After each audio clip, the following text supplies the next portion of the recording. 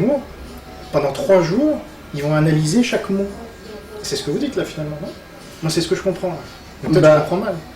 Peut-être que j'exprime mal mon idée, peut-être que je devrais pas faire d'une généralité ce que moi j'essaie d'appliquer. Mais non, évidemment, il faut... Enfin, je parlais de bon sens tout à l'heure.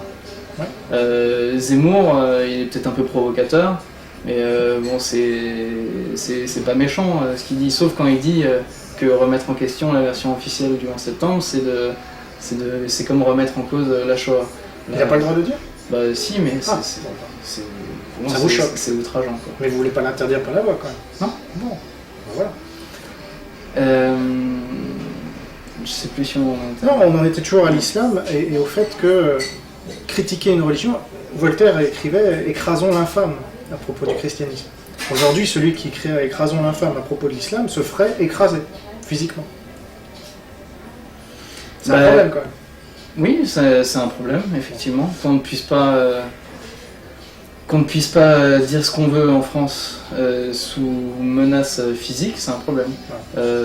Nous, il y a Raphaël qui a été agressé par la LDJ parce qu'on a fait une interview de Christophe Oberlin. Ça, c'est un problème. Voilà. Et qu'il y a des fous de tout bas. Bien sûr. Qui nuisent à leur propre cause en plus. Exactement. Bon. Très bien. Alors, on parlait de l'emploi tout à l'heure. Vous disiez les fonctionnaires créent de l'emploi. Créent de la richesse. Oui. Vous n'avez pas l'impression que c'est plutôt les chefs d'entreprise qui créent de l'emploi? Les chefs d'entreprise, oui, ils créent de l'emploi, mais je disais les fonctionnaires créent de la richesse, mais donc oui, j'acquiesce à votre question, oui, les chefs d'entreprise créent de l'emploi. Et qui paye les fonctionnaires? L'État. Et qui paye l'État? Les contribuables. Bon, alors quelle est la richesse qu'ils créent? Mais les fonctionnaires rendent service aux contribuables aussi. Ça reste à prouver? Bah, ça reste à prouver, je sais pas, moi j'ai été à l'école républicaine, je suis bien content d'avoir pu profiter de ce service-là. C'est pour ça que qui c'est qui ramasse vos ordures, qui c'est qui... Une société privée pourrait s'en charger. Et ça nous coûterait rien, alors qu'aujourd'hui c'est nous qui payons. Dans ma ville, c'est passé en privé, ce qui s'est passé, c'est qu'avant il y avait des camions qui venaient chercher les trucs en verre, et maintenant ils ont supprimé les camions et on doit aller se déplacer pour aller amener les bouteilles en verre. Donc c'est peut-être plus rentable. C'est peut-être plus rentable pour eux, mais en tout cas au niveau de l'impact écologique, entre un camion qui fait le tour de la ville et je sais, il y a 8000 personnes dans cette ville. Et je sais pas combien de voitures qui font les allers-retours, ça c'est pas rentable au niveau écologique. Donc ça c'est peut-être aussi les dérives qu'il peut y avoir avec le secteur privé. Il faut voir les dérives étatistes aussi, c'est-à-dire qu'il faut peser le pour et le contre dans les deux cas et choisir le mieux, parce que dans ce cas précis, vous avez des grèves par exemple de poubelliers, enfin des gens qui ramassent les poubelles. Vous avez des poubelles qui s'entassent pendant des semaines et des semaines. Mais je suis tenté de dire qu'un citoyen heureux ne fait pas la grève. Donc là, c'est pas les citoyens qui font la grève, c'est des gens qui travaillent pour l'État. Mais parce qu'ils sont pas contents pour une raison ou pour une autre, ils font grève. Pendant des semaines, vous avez les poubelles qui s'entassent, c'est nous qui les payons. Intéressons-nous à la raison de pourquoi ils font la grève, pour comprendre cette grève. Je suis tenté de dire. Mais déjà, le fait qu'ils soient payés par le contribuable, et qu'en plus ils fassent grève, donc il y a les poubelles qui s'entassent, et donc qui ne font plus le service public qu'ils sont censés faire, c'est doublement choquant. C'est-à-dire qu'on les paye et en plus ils le font pas. Alors que la société privée... c'est retenu de leur salaire, les journées de grève. Pas toujours. En tout cas, je sais que pour les profs c'est le cas, mais je sais pas toujours pour les éboueurs. Non, malheureusement. Il y a des accords aussi avec l'État. Pas toujours, disons. Mais il y a des problèmes avec l'État aussi. Mais on en parle beaucoup moins dans ce pays. Malheureusement. Moi, il me semble. Je sais que au niveau du dialogue social, parfois la grève est le dernier, la dernière chose que les employés peuvent faire pour se faire entendre. Donc peut-être que ça peut effectivement causer des désagréments. Maintenant, ils peuvent bloquer le pays, par exemple. Les gens qui travaillent, qui veulent aller à l'école, amener leurs enfants, etc. Peut-être. Mais ça vous choque pas? Ça peut. Je suis tenté de chercher à comprendre les raisons de la grève avant d'être choqué. Et pour le privé, vous cherchez pas à comprendre pourquoi il vaut mieux baisser les coûts en laissant les gens mettre leur... Si, ils ont dit que c'était pour des raisons écologiques. Mais comme je vous ai expliqué, c'est un raisonnement qui tient pas. D'accord. Enfin, c'est moins gênant de créer un peu de pollution que de bloquer toute une ville pendant plusieurs semaines, non? Vous faites allusion à Marseille? Par exemple. Ouais. Entre autres, voilà. Mais si on commence à parler des grèves en France, vous savez... Bon, donc, mais pour bien comprendre, d'où vient l'emploi? Enfin, d'où vient la richesse? Est-ce qu'elle vient de l'État? Ou est-ce qu'elle vient des entrepreneurs? De ceux qui déposent des brevets, des créateurs, des innovateurs? Il y a plusieurs. Effectivement, il y a l'innovation, la création, et ça, il faut la favoriser. Mais pour que cette innovation et création se mettent en place, il faut que les personnes puissent accéder à une certaine éducation pour avoir les moyens d'avoir des idées, finalement. Il faut qu'ils puissent choisir aussi leur éducation. C'est normal. Que les parents puissent choisir l'éducation pour leurs enfants, librement, sans avoir à payer 2 fois s'ils veulent mettre en privé, par exemple. Non? Oui, on pourrait faire quelque chose comme ça. Parce qu'aujourd'hui, c'est pas le cas. Hein. C'est école obligatoire à 3 ans. Public. Ou alors, si vous mettez votre enfant en maternelle privée, vous payez 2 fois. C'est le choix, soi-disant. Oui, mais en même temps, je suis tenté de dire qu'effectivement, il faut chercher aussi à comprendre pourquoi les gens veulent aller dans le privé pour améliorer le service public. Mais ça, on le disait tout à l'heure. Parce qu'ils ne sont pas satisfaits du service public. Ouais. C'est leur droit. Ils sont adultes, donc ils peuvent choisir. Et pourquoi est-ce qu'ils ne sont pas satisfaits du service public? Est-ce que c'est la faute des fonctionnaires? Ça, je suis pas certain. C'est ce qui s'appelle la concurrence. Donc quand vous avez une concurrence, ça remet tout le monde en question. Tant que vous avez un monopole, l'État est un monopole, qui impose d'ailleurs son monopole. Par exemple, la SNCF, vous ne pouvez pas créer une ligne de bus reliant 2 stations, déjà reliées par la SNCF, sinon vous allez en prison. Forcément, la SNCF, elle est royale. Elle se fait juste concurrencer aujourd'hui sur les longs courriers par les avions. Mais regardons les opérateurs téléphoniques. J'ai travaillé pour... vous savez les très prix bien. ont chuté de quasiment 100%. Et vous savez très bien qu'il y a des accords entre eux pour fixer les tarifs. Mais les prix ont chuté de 100% quasiment. Moi j'ai travaillé en 99, le coût à la minute c'était 1 franc 68 ou 2 francs la minute. Aujourd'hui c'est quasiment nul. Grâce à des opérateurs qui font... la concurrence. Notamment.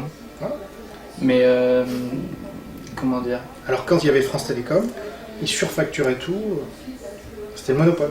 Est-ce que les communications coûtaient aussi peu cher à l'époque qu'elles ne le coûtent maintenant? Ça je ne saurais pas. Non, elles coûtaient beaucoup plus cher. Je vous dis. Voilà ce que je voulais dire. Aujourd'hui... oui, mais il y a un coût au niveau du service, au niveau des infrastructures, et puis c'est quand même France Télécom qui a mis en place les infrastructures qui permettent de... Ne vous inquiétez pas, aujourd'hui. Oui. Ils se font beaucoup d'argent. Mais avant de les louer, il fallait les rentabiliser. Peut-être que c'est pour ça que les factures téléphoniques étaient plus chères. Mais c'est parce connais mal le... Voilà, c'est parce que l'État avait décidé seul de construire tout le circuit, au lieu de laisser, comme aux États-Unis par exemple, différents. Encore qu'il y a une libéralisation après AT&T, mais si des opérateurs avaient construit leur propre fibre optique, par exemple, ou leur propre réseau, il y aurait eu une concurrence.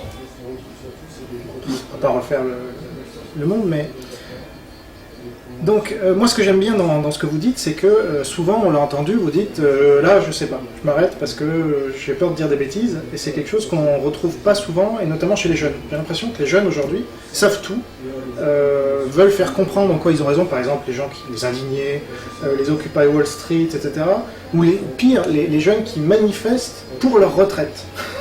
On a vu ça quand même. Qu'est-ce que ça vous évoque sur votre génération? Parce que moi, j'en fais déjà quasiment plus partie. Est-ce que vous pensez qu'il y a un problème avec la jeunesse actuelle en France? Dans le monde? Ouais. Alors, c'est vrai que c'est la certitude qui empêche la compréhension des choses. Et que plus j'apprends, plus je lis, et plus je me rends compte que finalement je sais rien. La jeunesse actuelle, oui, je pense qu'il y a un problème. Elle est peut-être en manque d'espoir, elle est peut-être en manque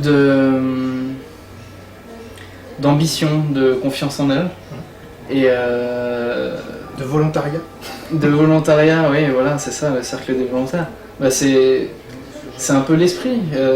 Finalement, nous, ce qu'on a voulu faire, c'était mettre notre énergie dans quelque chose de constructif, qui allait pouvoir profiter aux gens, On a des retours qui sont positifs, donc c'est encourageant. Et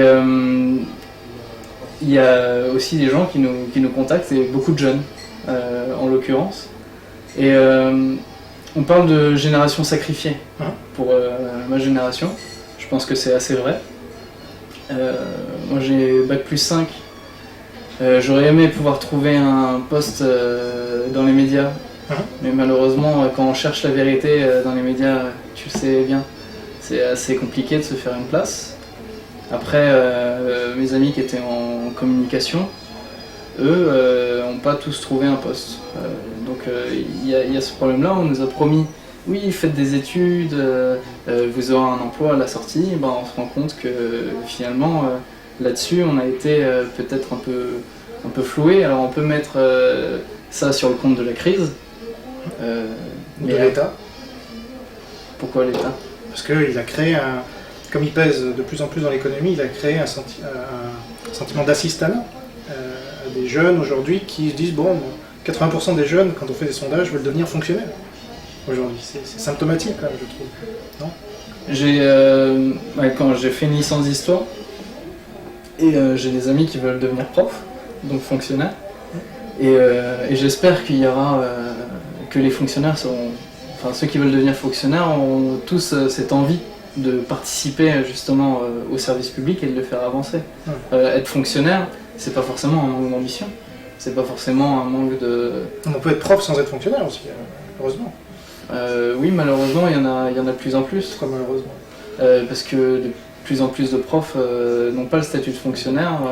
Et il y a 1 million, dans l'éducation nationale, il y a plus d'1 million de personnes qui travaillent. C'est le 6e plus gros employeur au monde. Vous en voulez plus encore? C'est ça que je comprends pas.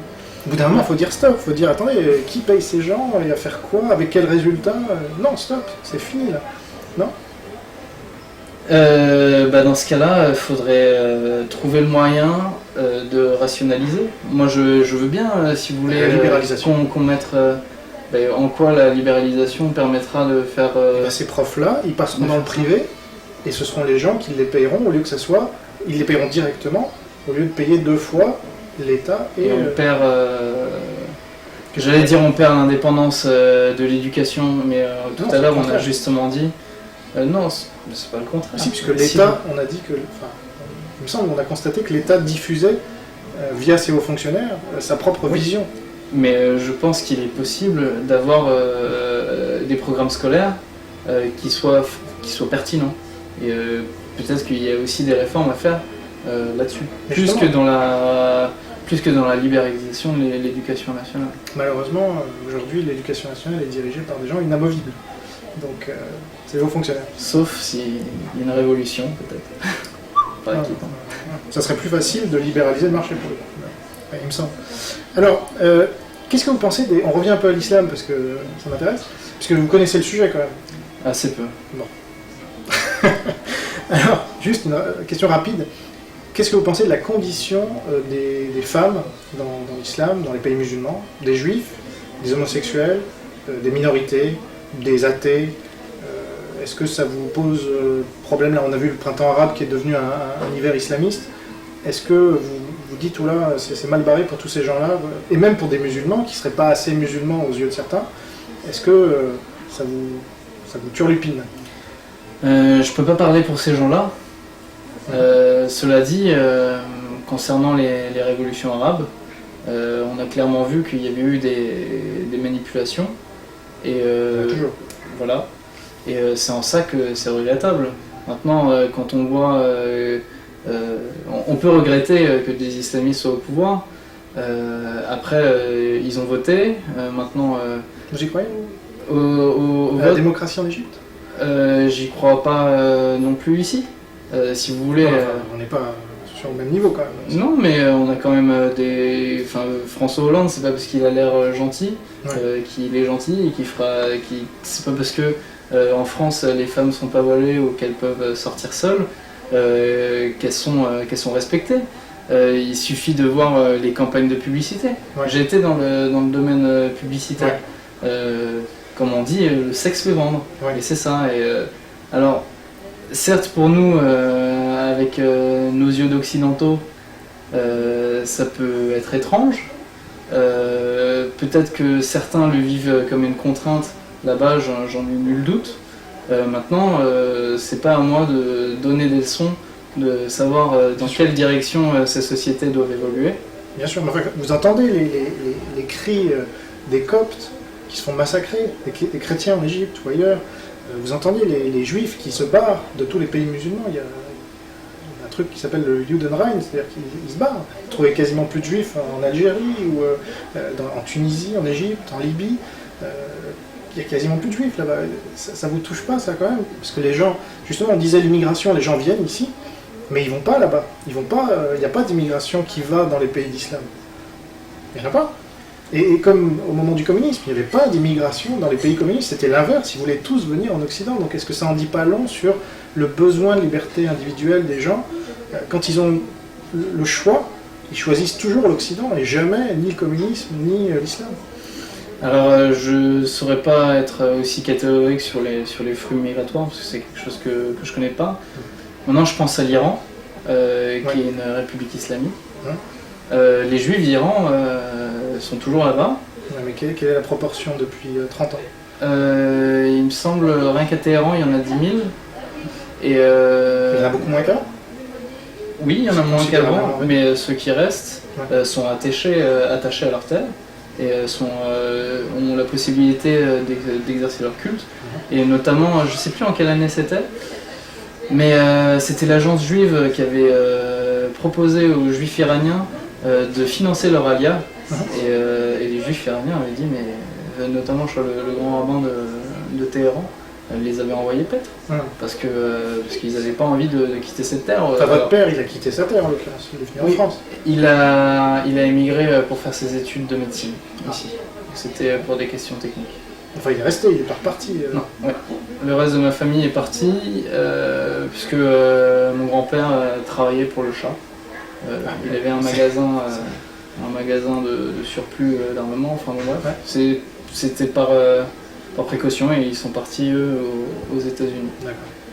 Donc il y a quand même, vous illustrez le fait qu'il y a quand même un départ des Juifs d'Iran, puis il y a la minorité Baha'i qui là-bas est vraiment pas traitée à égalité avec les autres.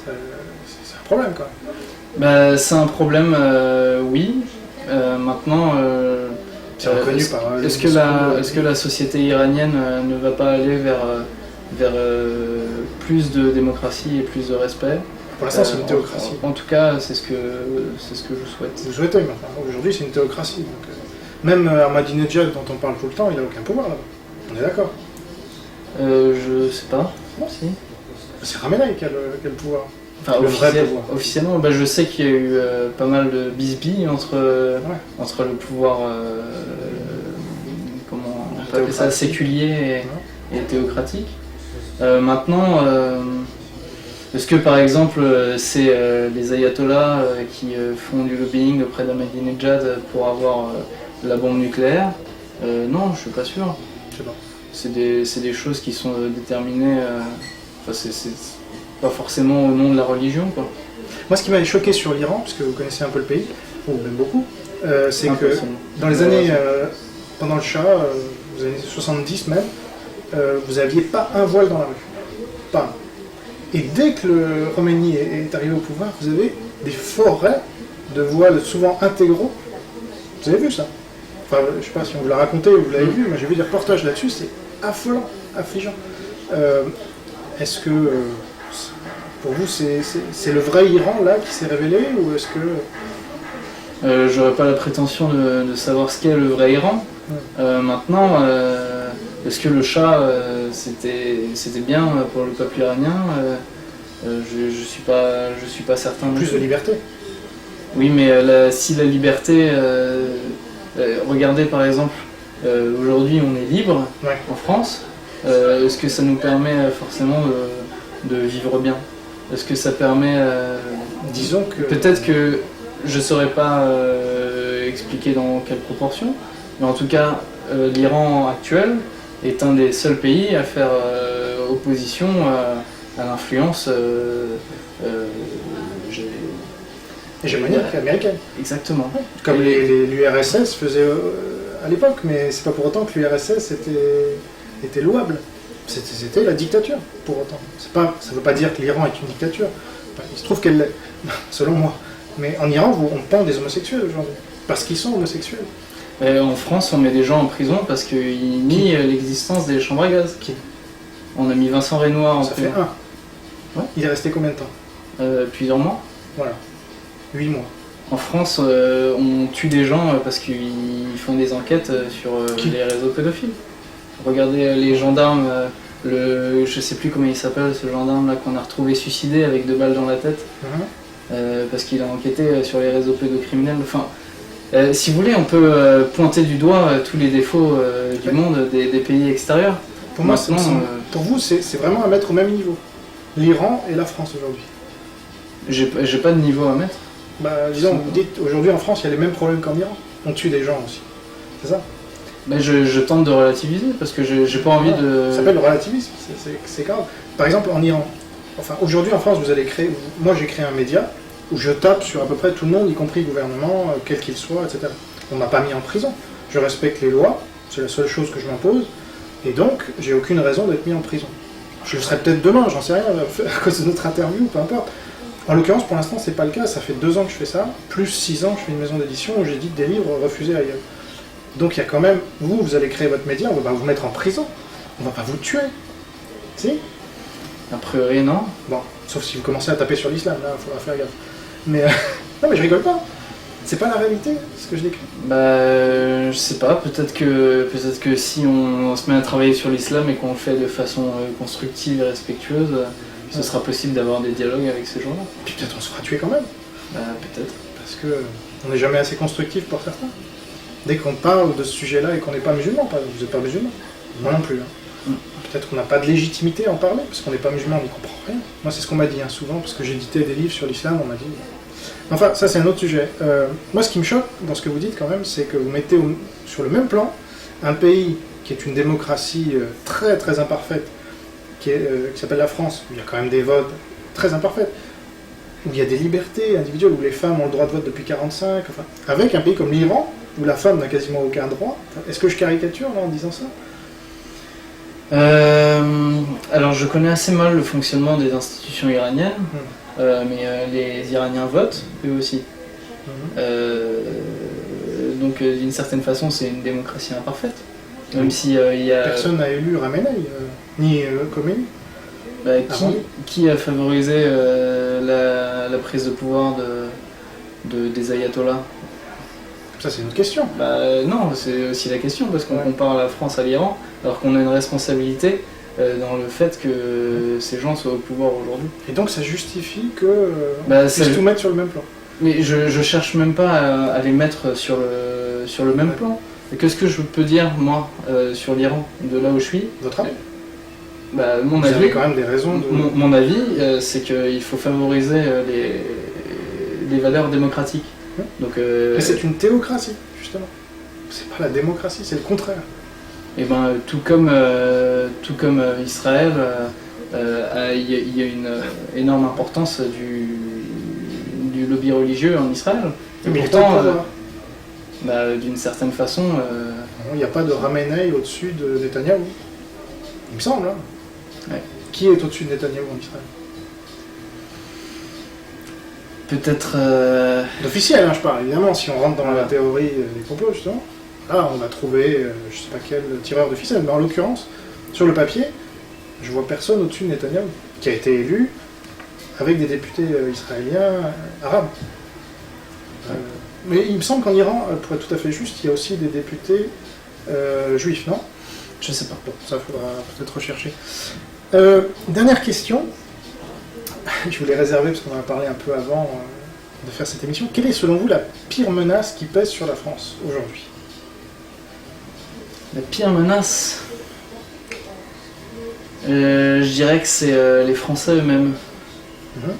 Dans le sens où il y a tout un tas de choses qui nous oppressent aujourd'hui, et que si les Français laissent faire, s'ils laissent leurs droits être piétinés, s'ils laissent leur nation être absorbée par ce qu'ils appellent le sceau fédéral européen. Ce genre de choses peut être dramatique pour l'avenir. Maintenant, qu'est-ce qu'on peut faire ? C'est une vaste question, mais je pense que l'étape numéro 1, c'est de s'informer. S'informer, croiser ses sources, et essayer de se faire une opinion sur ces problématiques qu'on a évoquées tout à l'heure, même si je pense qu'il y a une certaine hiérarchisation dans la priorité. Justement, c'est quoi cette hiérarchie que vous faites, vous ?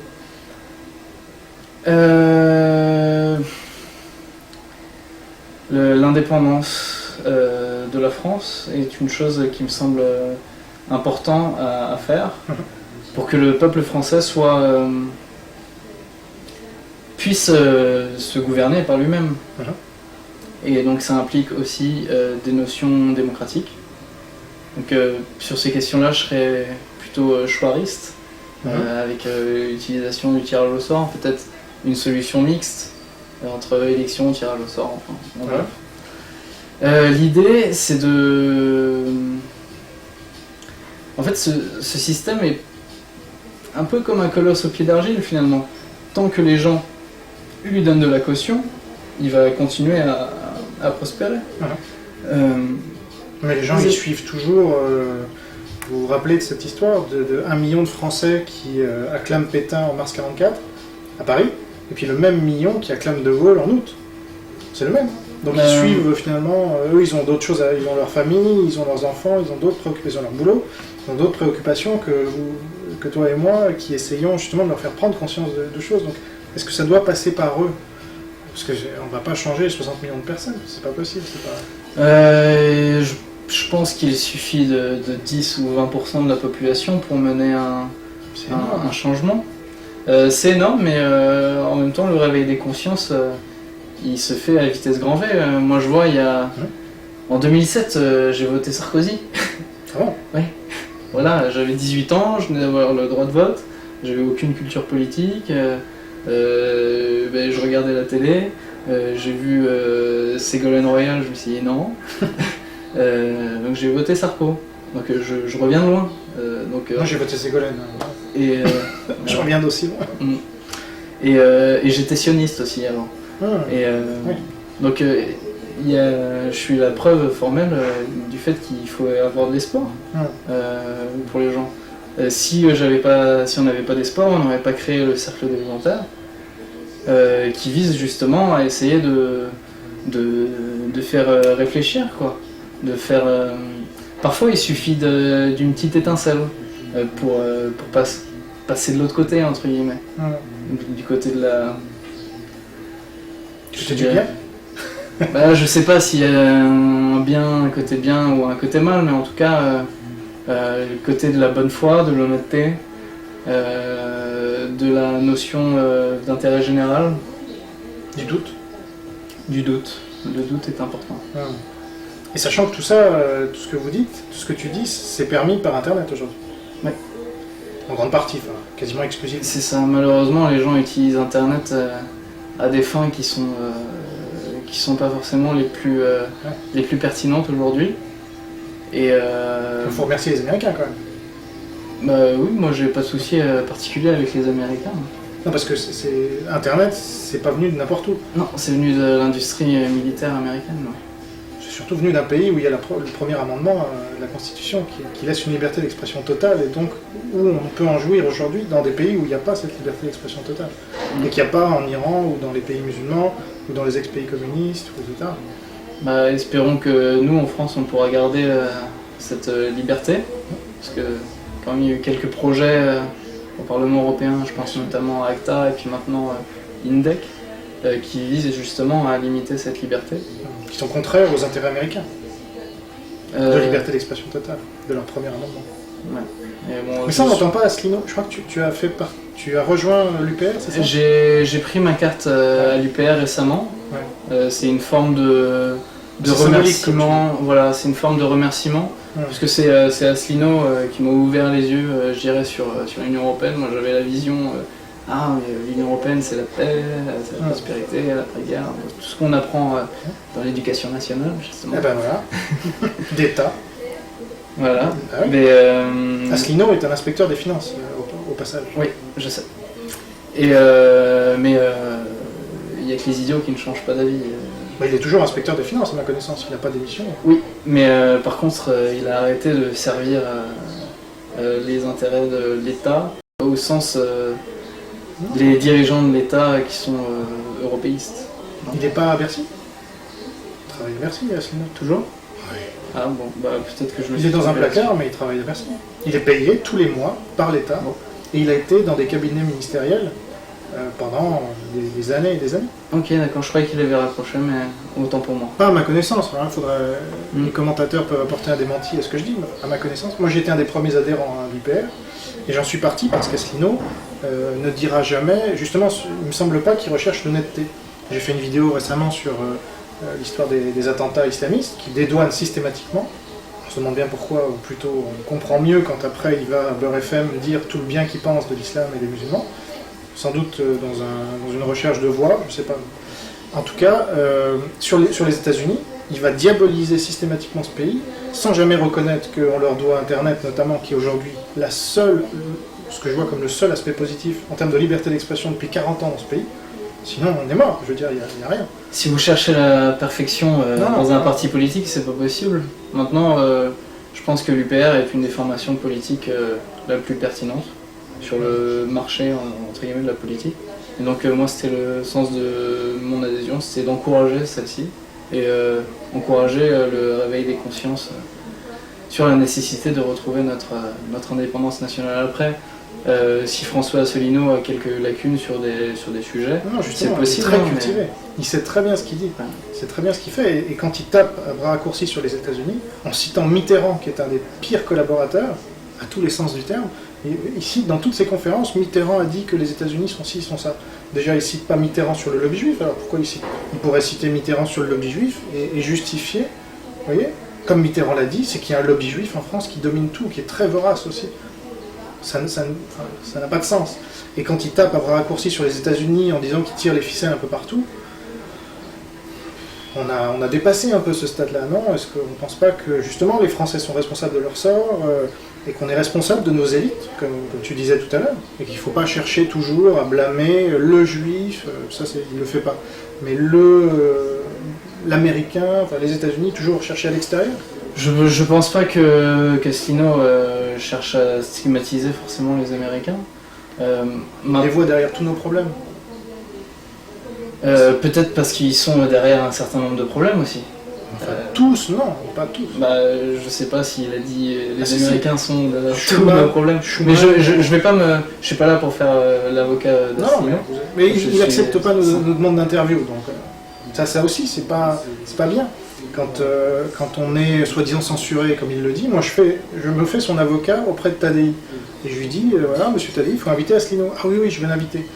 Et ça fait 5 ans que je connais Asselineau, il me connaît très bien en plus, et qui refuse toutes mes propositions d'interview, quel que soit. Je ne vais pas le prendre personnellement parce que je suis au-dessus de ça, mais je veux dire, c'est pas à la hauteur de ce qu'il prétend être. On voit en face à face, comme on est là, on n'est pas d'accord, et alors, qu'est-ce que ça change? Qu'est-ce qu'il croit? Il croit qu'il est au-dessus, qu'il ne parle pas des petits journalistes. C'est ça aussi le mépris que je lui reproche, parce qu'il ne va pas aller dans des petits médias comme le vôtre. Il est allé sur le vôtre parce que vous allez dans son sens. Et moi qui ne vais pas aller forcément toujours dans son sens, encore que je peux aller dans son sens sur certaines questions, ah là non, il n'accepte pas. C'est quoi cette attitude? C'est pas un démocrate, c'est un dictateur. Je sais pas dans quelles circonstances ça s'est fait, donc je peux pas m'exprimer sur le sujet.